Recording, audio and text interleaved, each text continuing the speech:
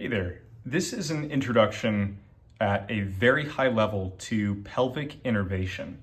And we're really going to be focusing on the viscera and internal structures of the pelvis, less so on things like the posterior musculature, and we're going to focus mostly on reproductive related items. So this is a very high level video. We're not going to go super deep on any particular topic.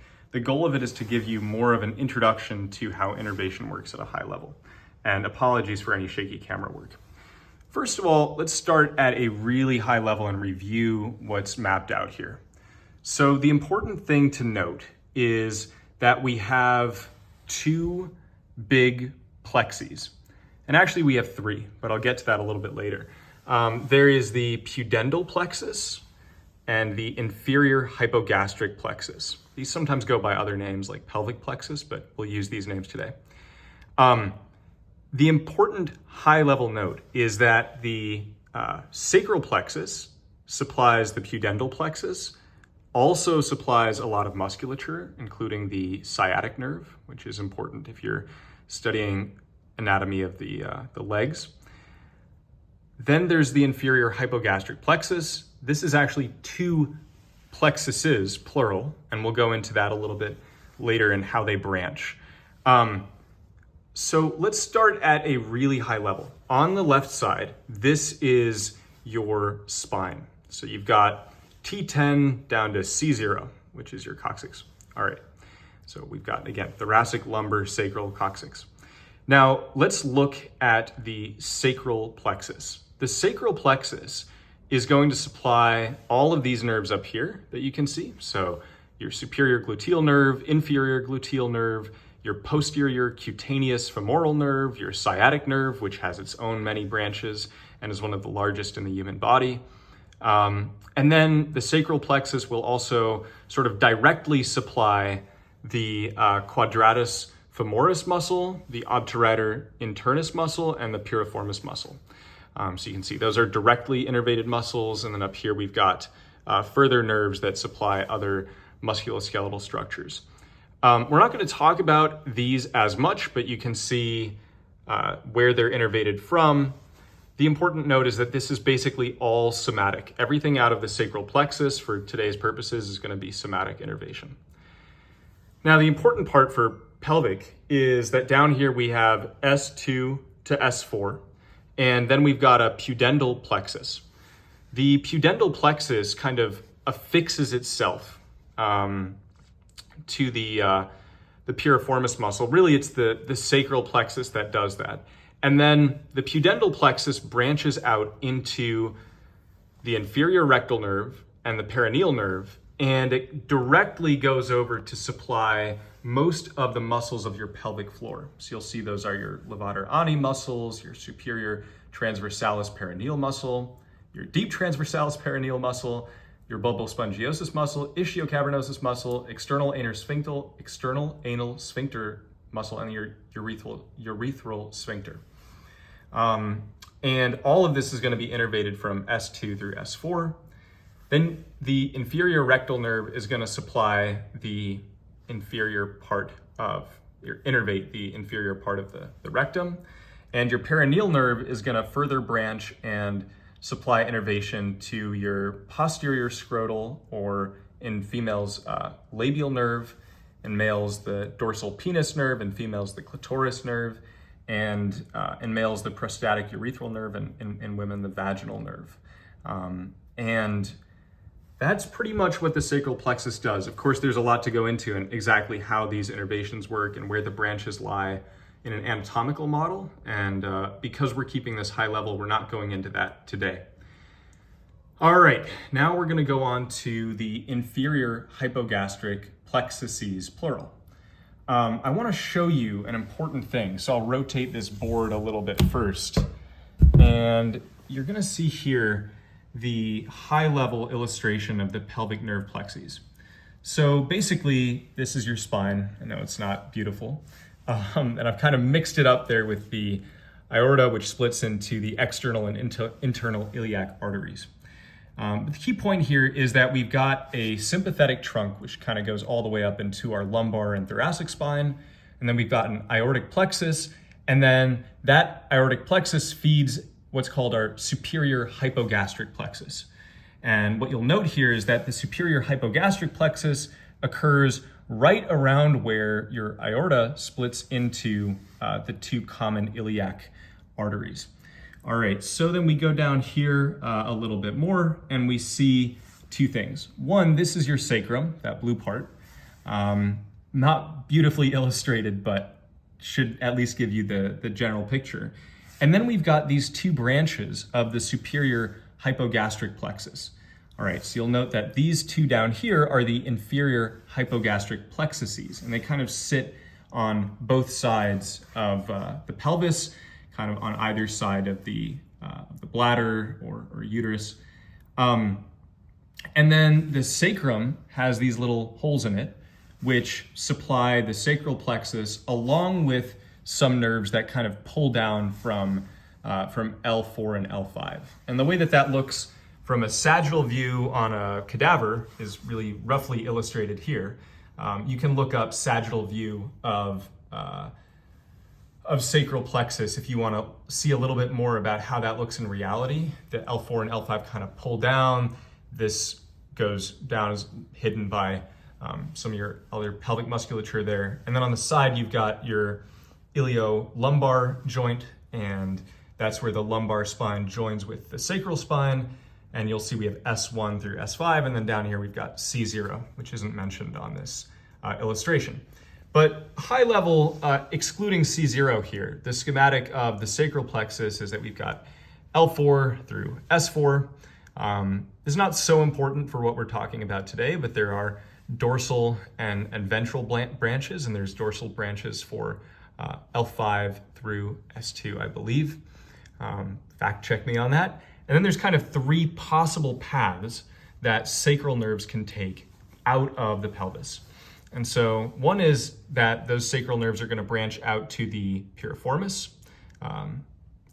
sort of inferior to the piriformis muscle, that is.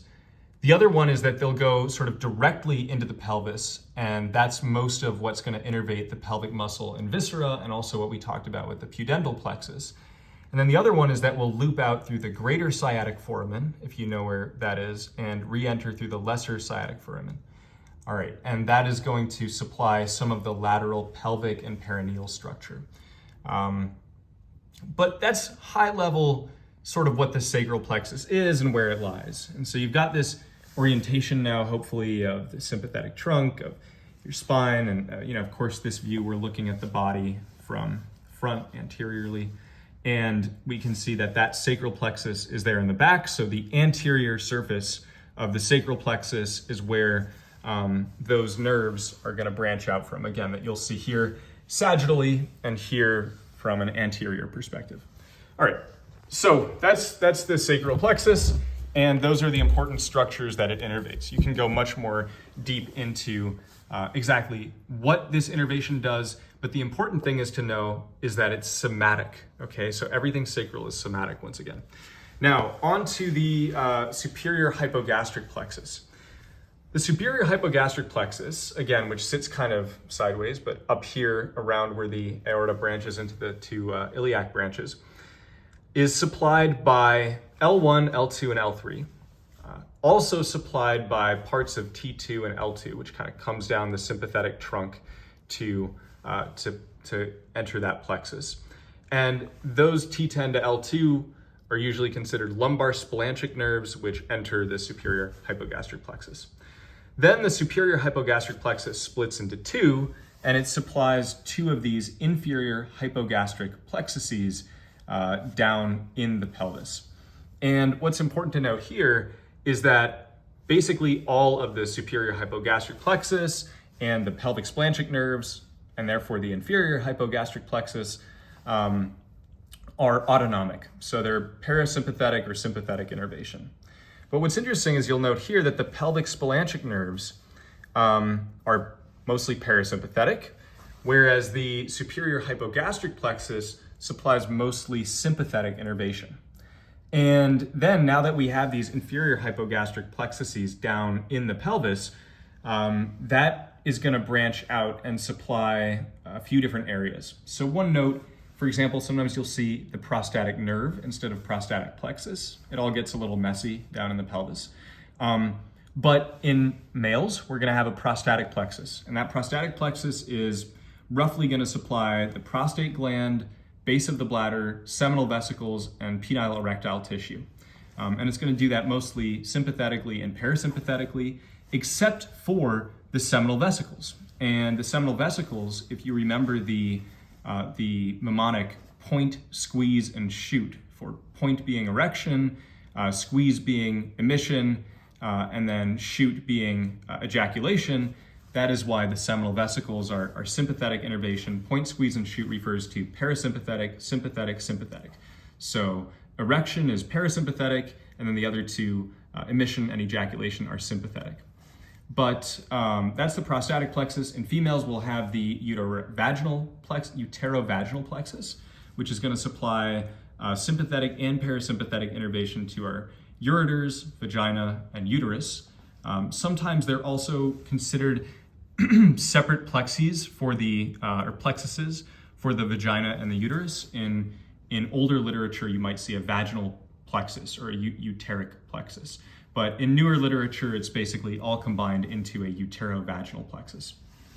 And then we also have the hemorrhoidal plexus, which kind of serves the anal region very broadly. It's mostly venous. It's not really nervous, but it kind of just splits out and covers the anal region.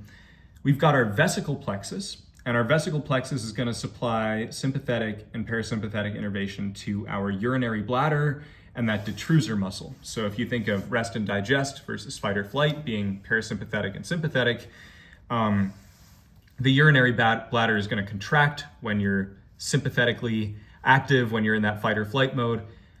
It's going to relax and expand when you're in that parasympathetic mode. And then we have the middle rectal plexus, which is going to innervate the sort of the middle of our rectum. And if you're familiar with the middle rectal artery, kind of goes to the same area.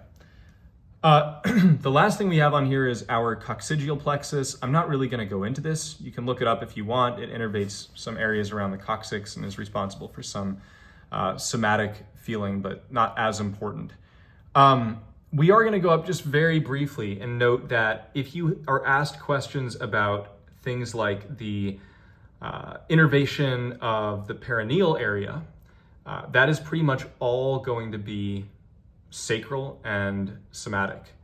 That's basically where the perineal nerve branches off, and you can see, for example, our posterior scrotal surface, the labia, is mostly going to be supplied by that perineal somatic innervation, as well as the inferior rectal nerve. So you'll note that if you've seen that the anal sphincter is somatically controlled, that's because it's controlled by the inferior rectal nerve. And then I'm going to try one last thing here, which is not really on here, so it's going to be very messy.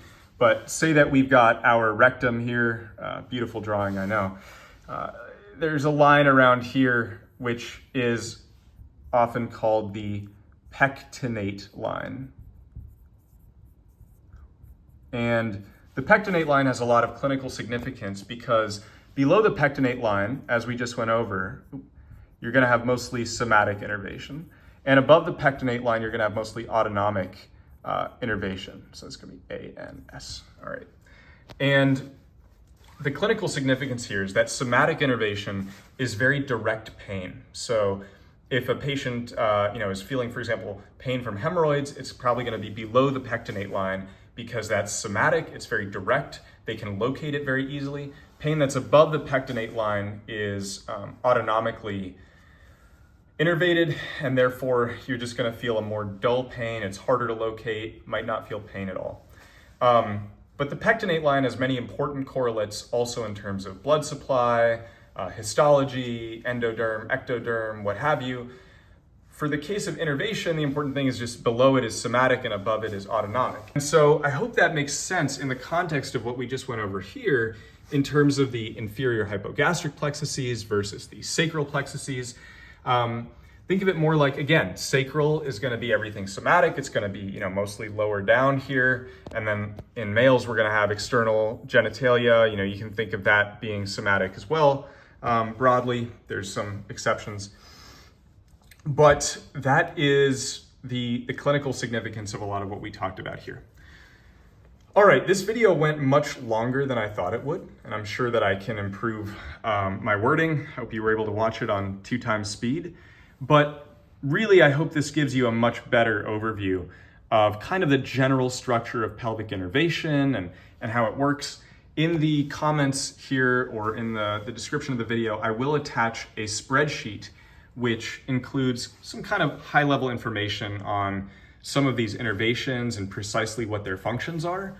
And then I'll also attach some of these pre-made images and maybe this one as well, even though it's a lot messier and not quite as pretty. But once again, hope that helped. Please give a thumbs up if you liked it. I will try to make more videos as my wife keeps going through medical school. So, all right, that's that.